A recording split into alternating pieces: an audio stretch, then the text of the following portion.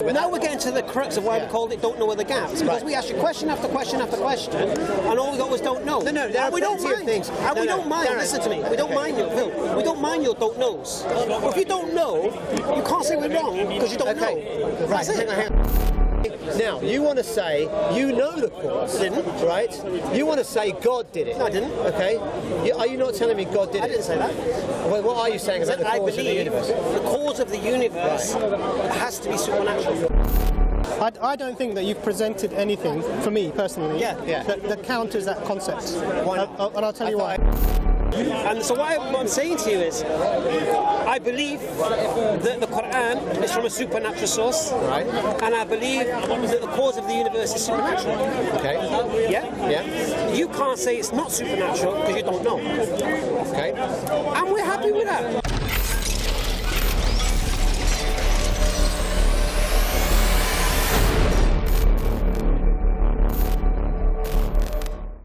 You're saying don't know to that. That's what I believe. Well, so rather We should say, don't you agree that we should say we don't no, know so what I'm saying when is we don't know. So what I'm saying is, yeah, but you're not being. I don't believe you're being genuine with regards to that. Okay, go ahead. And I'll tell you why. When you don't have a natural explanation, science says it doesn't know. Right. Which is fine. Right. Because they're only looking for a natural explanation. Well, it's no. I disagree. I You disagree. can disagree as you like. But what I'm saying to you is this: that's true. Right, okay. Do you disagree that science rejects the existence of the supernatural? I disagree with that. Do you? Yeah. I thought that was its premise. A lot of people think that, but I disagree. So are you saying naturalism is not the premise of science? Yes, I am saying that. Okay. The reason I say and that- which prominent scientists agree with this? Just so I know. Okay.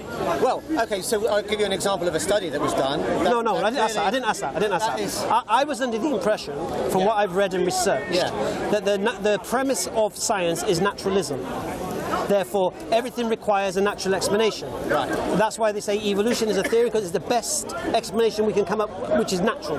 No, I think I disagree. So I You think can disagree if you like. Okay, So let as me you respond. disagree, what I'm saying to you is this. So you're saying I'm wrong, believing the premise of science is naturalism.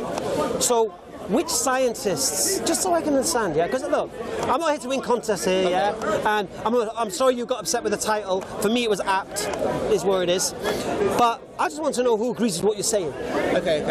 So let me try and respond. Okay. So there is a study done on whether prayer works. Okay. It was commissioned by I think it was Templeton Foundation. I'm not sure, but it was a very large study. And what they did was they divided people up into groups.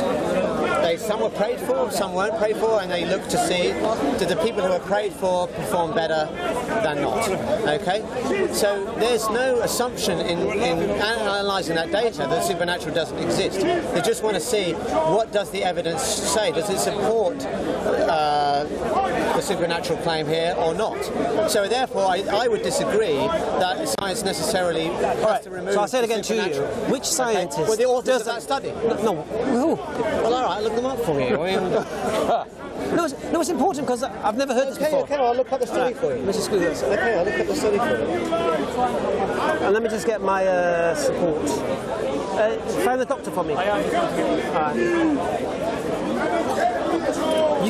Can this guy help as well? Because he's an atheist as well. Sure. Go on. What's the script? What's going on? Okay, so do a large study on. There you go. It's got 383 citations, so it's reasonably well studied. Page is unfound. Sorry. Look at Wikipedia page. Studies on intercessory prayer. There's plenty of studies on that. Right? You can go on the Wikipedia page. Right. So basically, what we're saying is this: Phil here, he was upset that he was upset. Good. Hey, how you doing? He was upset when we called the He's video. already upset. I just think No, it's he took exception to the term "don't know of the gaps" that we put on his video. So what I said was, according to what I understand, the premise of science is naturalism. Yeah, that everything has a natural explanation. And for me, they don't know what they come up with is because they don't know a natural explanation. and rather allow a supernatural explanation, they completely dismiss it. So from the way I looked at it, if you don't know of a natural explanation and you exclude any supernatural explanation, that means you're just using don't know instead of allowing a supernatural explanation. So that's what I was explaining why we did that title. So now what Phil's saying is that science doesn't have naturalism as its premise. Now I read a book, The Philosophy of Science, and it says it does. People disagree on this. All right. Right? People disagree on Right, go on. Right? If you look, even study philosophers, right? There was the largest study I know of philosophers was the Phil Paper Survey, and they asked philosophers what was their opinion on various controversial things. Okay, so one of them was scientific realism. Most philosophers agreed with scientific realism. Another one was God or atheism, and about 76% of those philosophers lean towards atheism, right? But much less, I can't remember the exact number, I think it's like 50% said they were naturalists. So you've got like a quarter of those philosophers who said they're atheists but weren't naturalists. Do you believe in the supernatural? One of the problems of saying it has to assume naturalism, and there's discussion on this in the philosophical literature, it's actually difficult to define what naturalism is. Do you believe in the supernatural? Okay, no, I don't. Why not? Well, I haven't seen any convincing evidence for the supernatural. Okay, but what evidence would you, what measuring tool would you use for the supernatural? Well, again, this is a difficult thing. Like, one of the problems of talking about naturalism and saying this is the essence of science is actually defining what you mean by naturalism. Could the cause of the universe be supernatural? Right. Well, hang on. That it is not helping us, is it? We're trying to say how do we? There's a difficult problem of how to actually define what is natural and what is not natural. Okay, and there's a difficult, very difficult problem there, and that may be why many philosophers that say they're atheists don't say they're naturalists. Right. Okay, because there's a difficulty in defining what naturalism is. I'll give you just to unpack that a little bit. Let's suppose we're talking about, let's not talk about God for the moment. Let's say ghosts, right? So generally ghosts are considered supernatural. Okay, they don't conform to the laws of physics. Okay, but now let's suppose, and also people think that evidence for ghosts is pretty shoddy. Okay, it's all anecdotes and crappy pictures and so on. Right? Let's suppose. Sorry, okay, can we face the camera? So let's suppose we found that there was very good evidence for ghosts, and let's suppose we found some explanation for them. Then you might say, well, now they're natural, right? So what does it mean to say that something is natural or not natural? It's actually a much more difficult definitional problem. Okay. That's why I don't say science is all about natural. All right. So what I think science is about a combination of theoretical and observational testing of ideas. Right. That's, to me, the key to science. It's not really about naturalism. In fact, you look at scientific papers, they will almost never mention naturalism. They'll say, here's the test we did, here's the experiments we did, here's the theory, here's why we think it's consistent and all of it. And that, if you look at scientific papers, that is really what it's about. Phil, you said you don't believe in the supernatural. I don't know of anything that's claimed. No, you didn't say that. I asked you, do you believe in the supernatural? Okay. You said no. All right, fine. How do you as I said, there's a difficulty there in defining what is supernatural. How do you define it? Very difficult. You've rejected it, so you must have an idea. I mean, as I say, it's a difficulty in really defining what is natural and supernatural. There are certain things that are claimed to be supernatural. So we can have a set of things like ghosts, like God, like ESP, I'm asking you. and all those things that have been claimed, right, that are, as we understand them, not conforming to laws of physics. Those claims, I have not seen sufficient evidence. Now, what do you understand the supernatural to be? Okay, so things that, let's say, are not consistent with the laws of physics. So you're saying things that can't... But there's a difficulty because suppose we found that these things did exist, then we might have to say, well, we might... No, but right now. Okay, fine. So right now you're saying you reject the existence of things that don't conform to the laws of physics. Well, I only reject things where the evidence is not sufficient to give belief. I'm really saying belief should be based on evidence. Okay? So where you have a little bit of evidence, you have a little bit of belief. When you have a bit more evidence, you have a bit more belief. When you have overwhelming evidence, you have confident belief. I think belief is based on reason, probably the same thing, but carry on. Okay. I think one of the things now from our last conversation that was an issue was just getting a consistent worldview for me. That was my feeling. Sure. Because whenever a scenario was presented, you could think of a counter scenario or a counter theory that even analogy to say that it wasn't valid. So we're finding a similar thing now. I don't speak quite low. So now what I'm finding is, even in the term of the underpinning principles that science or the scientific method assumes, so there are some presumptions within science. And I could be wrong about this, you can tell me about it. But one of those assumptions is there aren't any non-natural explanations. However you define naturalism. So that's a fundamental sort of underlying, and then that leads on to sort of whether you're a hard naturalist or I disagree with that. Sure. So for us, so we understand, what is your position on what is natural and what isn't? What underpins science? I mean, as I say, what I think underpins science is not an assumption about naturalism. And the example I gave was that people do study the effectiveness of prayer, and that is a perfectly legitimate scientific study. Right? If we found that only the prayers of Sunni Muslims had effects, and let's suppose we divided the group up of people, we said, look, there's a whole bunch of people in a council board, okay, we're going to ask Sunni Muslims to pray, we're going to ask Shia Muslims to pray, we're going to ask Catholics to pray, Jews to pray, Hindus to pray, okay, and we do experiments like that, and we find that it turns out that only Sunni Muslims, their prayers work, and nobody else's prayers ever have any effect. To me, that would be doing science, because what science is really about is not excluding the... So then you would believe in the supernatural? Right. It is about evidence, doing studies, looking at consistency of theory, right? And so to me, it's not... I know a lot of people say it is about naturalism, right? But I personally don't agree, and there are other people that don't agree. And in fact, as I say, you look at philosophers, much less believe in naturalism than believe in scientific realism or believe in atheism. Okay? And there's a reason for that. I mean, as someone I understand why there's an issue with just taking naturalism by itself. Yeah. So I think it's a very difficult position to be in, which is why only a small... I agree it's typical, but it's not necessary. Sure. But we're getting back into that realm of finding a caveat. And I not disrespect men. I always feel that maybe you're coming up with a caveat to... Do the disclaimer. Explanation. So in that scenario that you gave of the prayer experiment, what explanation would you find, or what theory would you put forward to explain the observation that you theorise? Okay, so if you think of it in sort of, well, you put forward theories. I mean, one obvious theory is that the claims of that particular religion are true, right? And that to me would be evidence that would support that theory. Of course, in science we don't necessarily say yes or no. We have Bayesian probabilities and things like that. Brothers, just move across a little bit, just so this brother can fit in. So you raise your confidence. You raise your confidence in a proposition based on the evidence for the proposition. So, I do think that if the prayers of only one religion would work, so that's something we could study scientifically. So it's not excluding the supernatural, and it would provide some evidence to support that supernatural claim. Okay. So would you then? So what would because the whole thing about doing observations is that usually there's some pre-theory. You have an idea of understanding how atoms and molecules interact, that if I heated metals they would expand, then you carry out observations with a null theory, the opposite, and then you prove yourself wrong.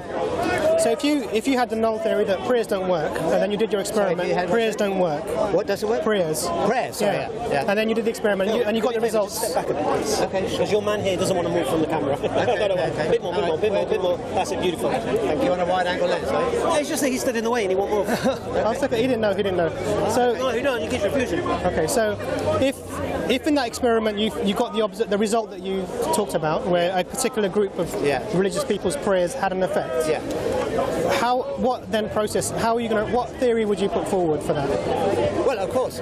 How is that happening? One theory might be that religion is true. But what would that entail for you? I mean, I think that would be evidence that theory is true. That there is. What is the theory? that religious belief is correct. So are you saying that science can contemplate as an explanation supernatural or non-physical mechanisms of action? I think it could, yeah. You could do that. Yeah. So science is a valid tool, you're saying, to measure supernatural. It could be. It could be. In that specific scenario. In that case, people have done it. These are not hypothetical experiments. These have been done. Yeah. Right? Unfortunately, the results came out. It doesn't do anything. Sure. Right? But had it come out that they worked, okay, and it worked only for one religion. I mean, if it just worked in general, it might be a placebo effect. So I don't think you would. You're always trying to rule out alternative explanations. That's part of the scientific hypothesis. I believe right?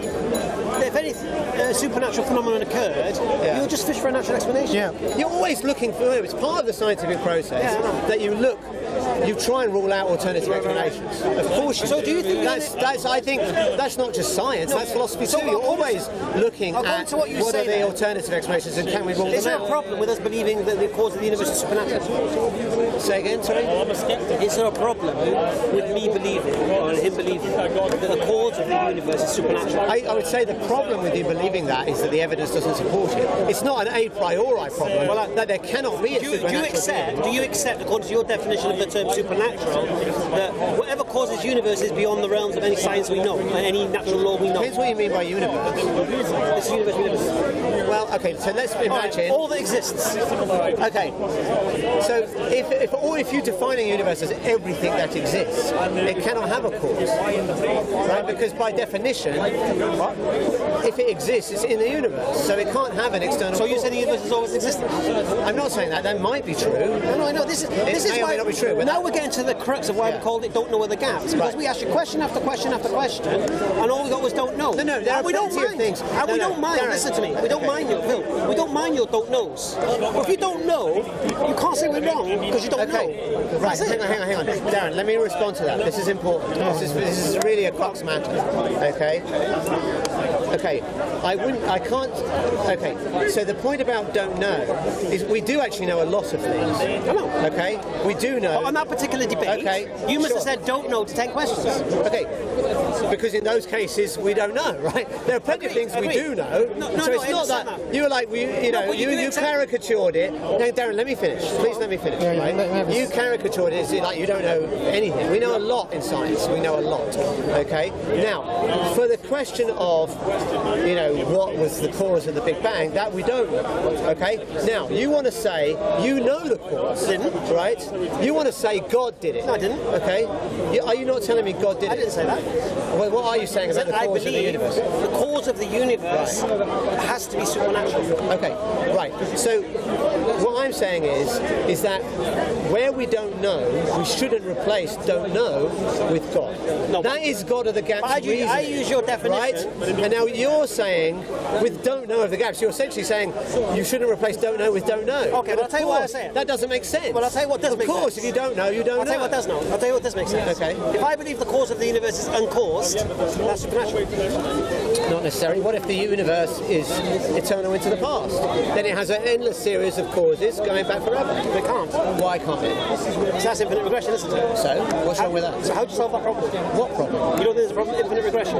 Mathematicians are perfectly happy with infinities. They're perfectly well defined. What's the problem? So you explain what you're saying to me. So you're saying the universe, cause of the universe, couldn't cause the universe until it was caused, yeah? I'm saying there could be... No. Well, let's use your example, infinite regression. Yeah. So the universe was caused, and its cause had to be caused. And therefore, until it was caused, it couldn't cause the universe. Would you agree? No, what I'm saying is... No. Well, I don't think that's a perfectly... I would like to explain my position rather than have you explain I would rather you do that. Okay. Right? It's perfectly conceivable, and there's enormous amounts of cosmologists... Use the model of an infinite universe that is eternal into the past. There's no logical contradiction there, right? So you're saying the universe has always existed? It may have. I'm not saying it did. It may have. Why do you believe that? Why do I believe it might have? Because there's no reason to rule it out. What would be the reason to rule it out? So you don't believe it began to exist, the universe? Again, you're misunderstanding me. It may or may not have, but there's no reason to rule out an eternal universe. Okay.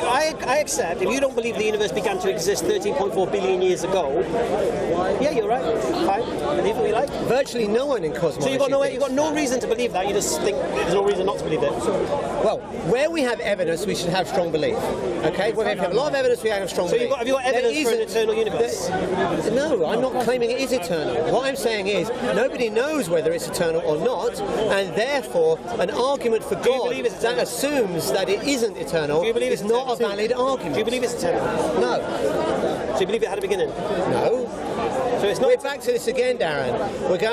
You're failing to understand. I'm trying to understand. Yes. Okay. You're right. I am failing to understand. Okay. So let me try and explain it. So I just said, do you believe it was eternal? You said no. I said, do you believe it had a beginning? And you said no. Right. So now I'm confused. Okay. So let me try and help clear up your confusion. Okay. Let's suppose that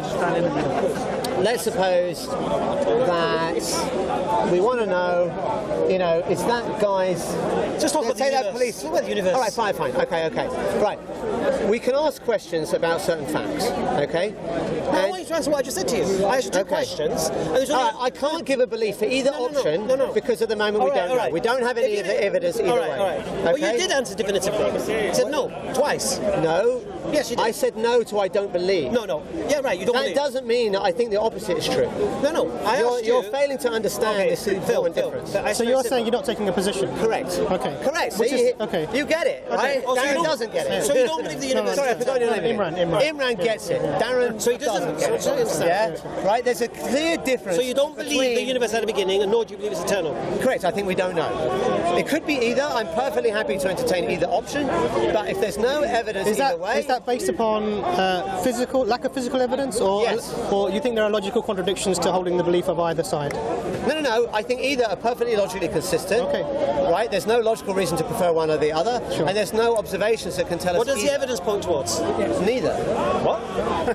What evidence are you talking about? There's no answer. I There's wouldn't no know answer. about Big Bang, redshift, or Right, okay. Let me try and clear that up for you because that's another area of confusion. Okay? I didn't make a claim. I just said I've heard scientists Right. use these examples to say saying the universe had a Big beginning. Bang. All right. Yeah. Okay. So that's a mistake. That's a confusion. Let me try and clear up the confusion for you. Okay? We definitely have overwhelming evidence that there was a Big Bang. Yeah. Okay? That we're all agreed on. The redshift, all these things show there was a Big Bang. No one is disputing that. Okay? The question is, was the Big Bang actually the beginning? Or was it just a transition from some prior state? Now, the reason to associate the Big Bang with the beginning is because there are theorems proven by Roger Penrose and Stephen Hawking. They're called Penrose-Hawking singularity theorems, and they show that the expanding universe must have a singularity, okay, at its pass. In a finite amount of time, the density, the pressure, the curvature, the temperature all go to infinity, okay, and then you can't continue the evolution of the universe beyond that. So we say the universe began at the Big Bang singularity. However, the singularity theorems that Penrose and Hawking showed, right, have assumptions in them. Okay? One of the assumptions is that gravity is always attractive. Okay?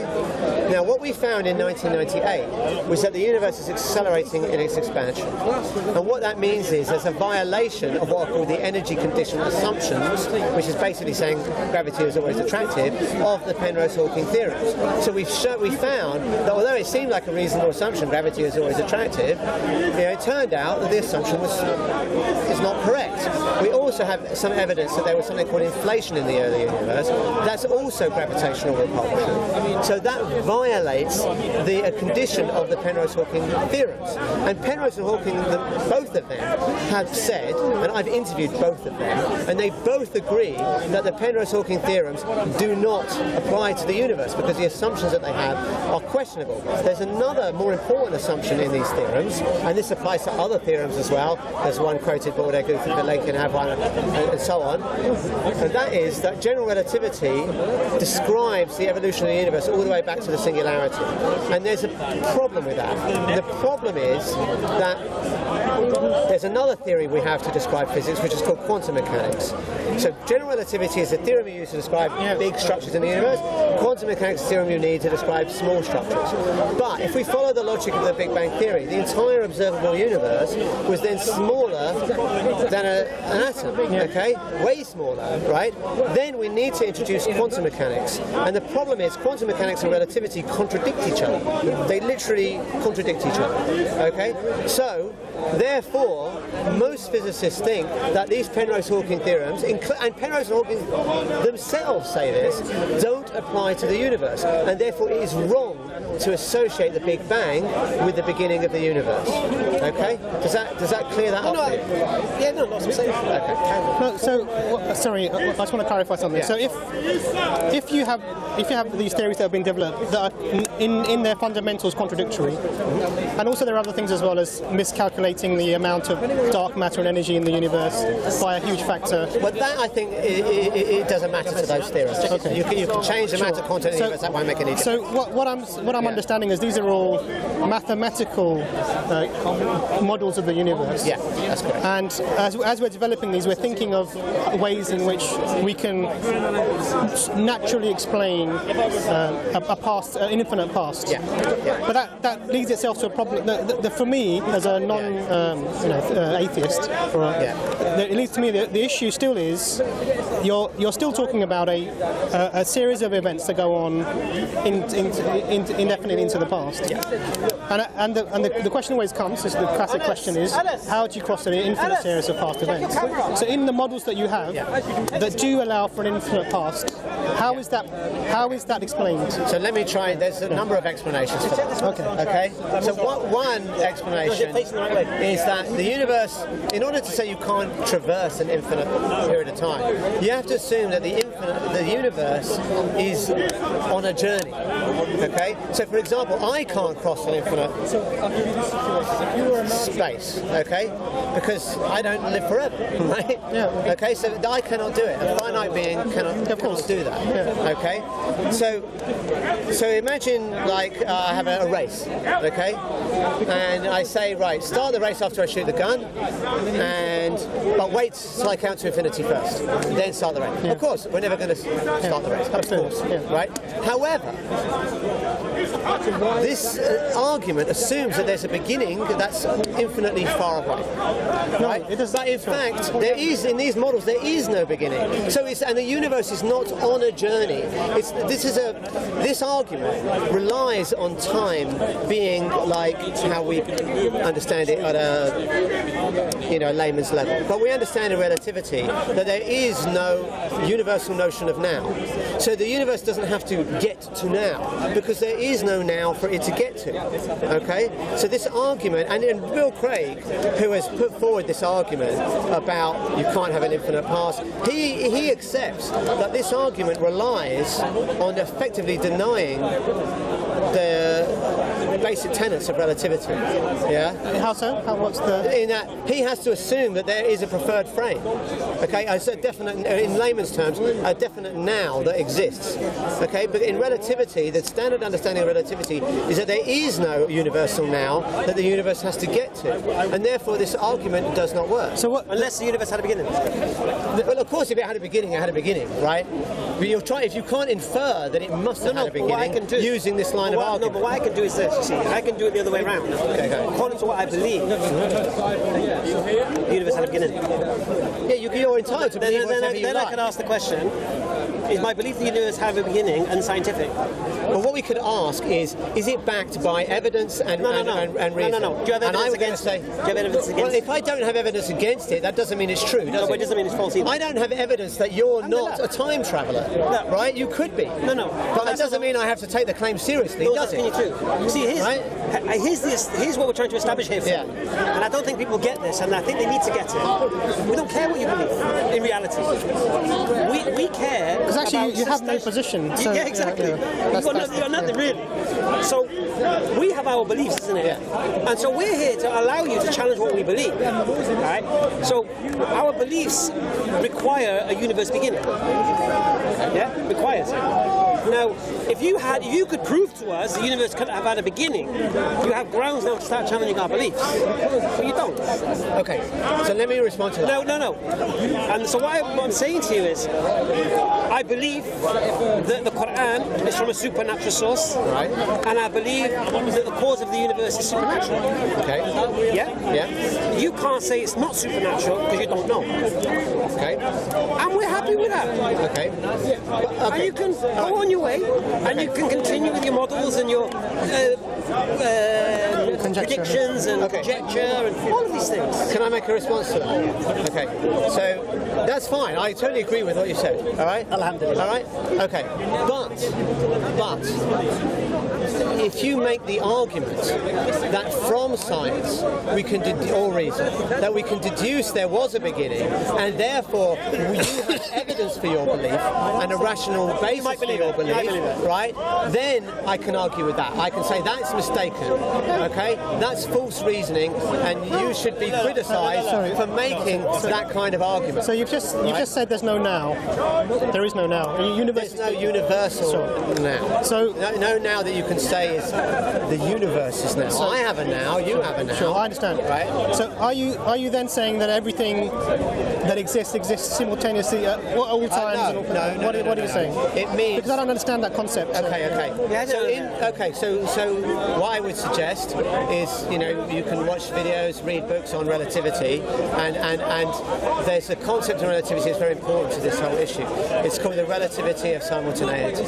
Okay. What it says is that no two observers can agree on what is now. Okay. You can say this event.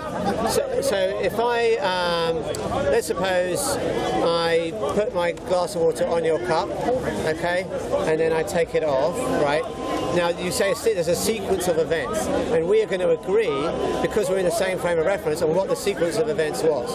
What relativity says is that a different moving observer can disagree as to what the sequence of events was. So that's what we call the relativity of simultaneity. The classic experiment is It's a train and the sound. the train, waves. right? Yeah. So if you're on a platform, you see two lightning strikes go next to you, right? You're standing still, so you say those two events were simultaneous. But if you're on a moving train, you say no, the one in front of me happened first. So the question is which one is right? And relativity says there is no right.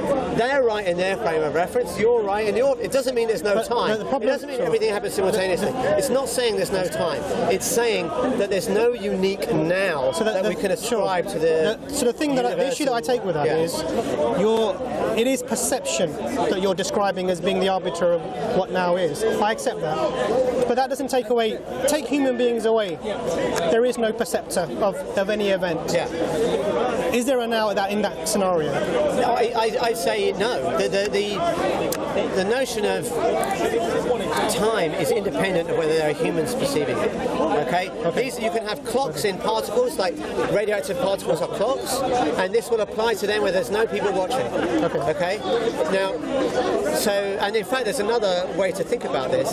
When we interviewed Sir Roger Penrose, we asked him this very question: how can it be? His model of the universe is that it's eternal into the past, right? And I said, how can it be that it's eternal into the past? And he said, well, for a massless particle, they don't feel the ticking of time, right? So to them, a day, a week, a month, a year, There are some trillion people years. there are some people who they do. Okay. So to them, they were talking what's called a conformal manifold. There is really no passage of time for them. Okay. There's still a space-time structure, but there isn't a passage of time. Right? And not normal time. Very, very intelligent stuff. What's your point? The point is, Darren, let me make it again. The point is that there are many Muslims, and Christians that say that you can infer the existence of God from, or that the beginning of the universe supports God. That Big Bang cosmology, and you did raise Big Bang cosmology. I asked. No. Okay, fine.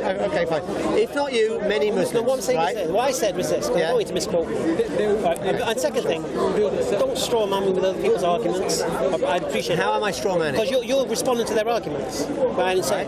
But you did raise Big Bang cosmology. The only reason I raised raised Big Bang cosmology What was the to reason? say that some scientists believe the universe had a beginning because of this. Right. and Scientists that was- claim. Okay. Right. So if that's true, that supports No. your argument, But right? listen, me personally, have I come here telling you science supports? Sorry, I've got one question. So, Go ahead. So you're I'm saying trying to that understand the point. That's it. if you're massless, there's no time. So was there a time when the universe was massless? Quite possibly, yes. When was that? At the Big Bang. Because didn't the mass become infinite to that time? That's space-time curvature in the singularity theorem. Yeah. Okay. But if the temperatures were too hot for mass to form, which is what Roger Penrose argues, I'm not saying it's right, but that's certainly a respectable view, then there isn't any mass at that point in time. So the question, the intuitive question, maybe I'm wrong with Yeah. this. How does temperature have any effect without there being mass? How can you have a temperature? Because particles break apart, right, at high temperatures. Okay, that's how you can break particles apart. I understand temperature to be the transfer of energy between particles. It's how that parts they're moving. So if their mass is infinite, then obviously time is acting on them because only massless particles are Okay. So it's not that their mass is infinite; it's a space-time curvature is infinite. Okay, because the density is infinite, right? Now, what would happen now? That's what happens in the singularity theorem. If there's no mass in the universe, then in fact there is no singularity. So there is no infinite density. That's another There's no theory. infinite That's curvature. another theory you're bringing. Well, it's one possibility. Yeah. So this is now where we had the same problem before. Was you can bring another theory that has another idea, but what we're not getting any cohesive understanding. Correct. And therefore, any argument that is advanced using knowledge that we don't have is a bad argument. So this, So I'm not saying because of this, with things we don't know, Islam is false. I'm not saying that. Right? What I'm saying is that this particular argument that has been used. Yeah, but that's where I said the straw man is, because I didn't advance that argument. Okay, fine. Not you, but many Muslims advance this argument, and you can't deny that. I have, right? Well, That's okay, yeah. Some people do. fair enough. Okay, many Muslims do. So let's agree that And they there are many wrong. atheists who believe that naturalism is the premise of science. Okay, I know. And there are many disagree with them atheists who on that. believe the universe That's had a fine. beginning 30.4 billion years ago. 13.8, by the way. Okay. Although there is some different. Yeah. No, but what I'm saying is this. But I would never. So can we ask agree? you, Okay, then let's get some common ground between us. I agree, right, that I don't think naturalism is the basis of science. Alhamdulillah. Okay, I think observation and theory testing is how science is done, right? And can we agree that an argument based on Big Bang cosmology is a bad argument for God? Can we agree with that? Well, I've never presented that argument. I'm not saying you did. Can we agree it's a bad argument? Your fellow Muslims that do advance I that believe- argument, can we agree that that's a bad argument? I will say this. I will do it the other way around. I will believe, and evidence for me to believe in the idea of a universe having a beginning is in the Quran. Okay, but can we agree that science does not support that argument? It doesn't. No, it doesn't. Doesn't support it, doesn't oppose it. Okay, great. Then we're in doesn't have a position. agreement. Yeah. That's good. We can have the discussion. We can have common ground. Because and the Muslims that say that science supports As long as it I leave here are with my wrong. belief rock solid, I don't. But the Muslims that say but on it's the- supported Yeah, by we're not modern aware of science, they're wrong. But on the other hand, Yeah. on the other hand, Can we agree with that? What's that? with the caveat. Hang on, one sec. Can we agree that the Muslims that say that science supports that claim, they are wrong? Based on uncertainty, we Depends, can't. isn't it? But there are some scientists What does who it make- depend on then? Are there scientists who make that claim? I would say most cosmologists No. no longer associate Big Bang with but the what beginning. if that Muslim has read a scientist who's made that claim, then what's the problem? Well, of course, you can always find a scientist to support pretty much any claim. The question is, what is the consensus of the community, right? And what is the nature of the evidence? Yeah. If we have a theorem that's backed up by evidence, and then we get new evidence that overturns it, then we have to change our minds. And what's happened is that has been the case. The scientific community has really changed their mind on this thing. And then what's happened is you get these Muslim apologists, not just Muslims, Christians do No it as disrespect. well, You know what it is? You And know what it is, they Phil? keep quoting this outdated science. Phil, I've seen the caliber of Muslims you've been speaking to. No, but just to Okay, you spoke to rather some- than Well, Hamza Sources, what do you think of No, him? this is great. He's made this argument. When? What do you But think you of know- him? when? Oh, go and look up it's his good. arguments on YouTube. No, he has. Well, I don't know the date off the top of my head. Go and look up his debates with atheists. He makes this argument every time. So let me give you a different position. So Okay. what we've discussed is there's an idea of trying to get rid of time because that would be the thing that would get in the way of an infinite past. And we talk about everything. Well, it's a conventional notion of time. Sure. It's not actually get rid of time. Sure, I understand what you It's mean. our Sure. Time acts on mass. it's our layman's understanding of time. So Shabir Ali, he makes this argument as well. What do you think of him? great guy. Okay, he makes this exact same argument. So you must agree with me then that he's making false arguments. I've not heard him make the argument and how he's made the argument. Okay, go and look at any debate he's done with an atheist. He makes this argument. I don't think that you've presented anything, for me personally, Yeah. that counters that concept. Why not? And I'll tell you why. I thought I'd go to I'll tell you why. So we talked about first of all removing the now, because you said that this was perceptual. Then I removed universal now, Yeah. sure. And you said this is because of perceptions, and you gave the example of the train and the lightning strikes. So then I removed perception out of the equation. So this is the same as if a tree falls down in a forest, there's no one to listen to. Can you hear the sound? Is there a sound? And this is the sort of realms we're in now, a little bit sort of skirting shaky ground, right? And then you said that the events would still be real, and in a deterministic way, the way that sort of conventionally science understands how or physics understands the universe. Everything is sort of what's happening at this moment is directly related to the a small fraction of time before, and everything because the particles are moving, the outcome's determined. And we take that backwards, and then we have the observations that you spoke about, redshift and background microwave radiation, etc., that leads to a singularity where the conventional understanding is that mass becomes infinite.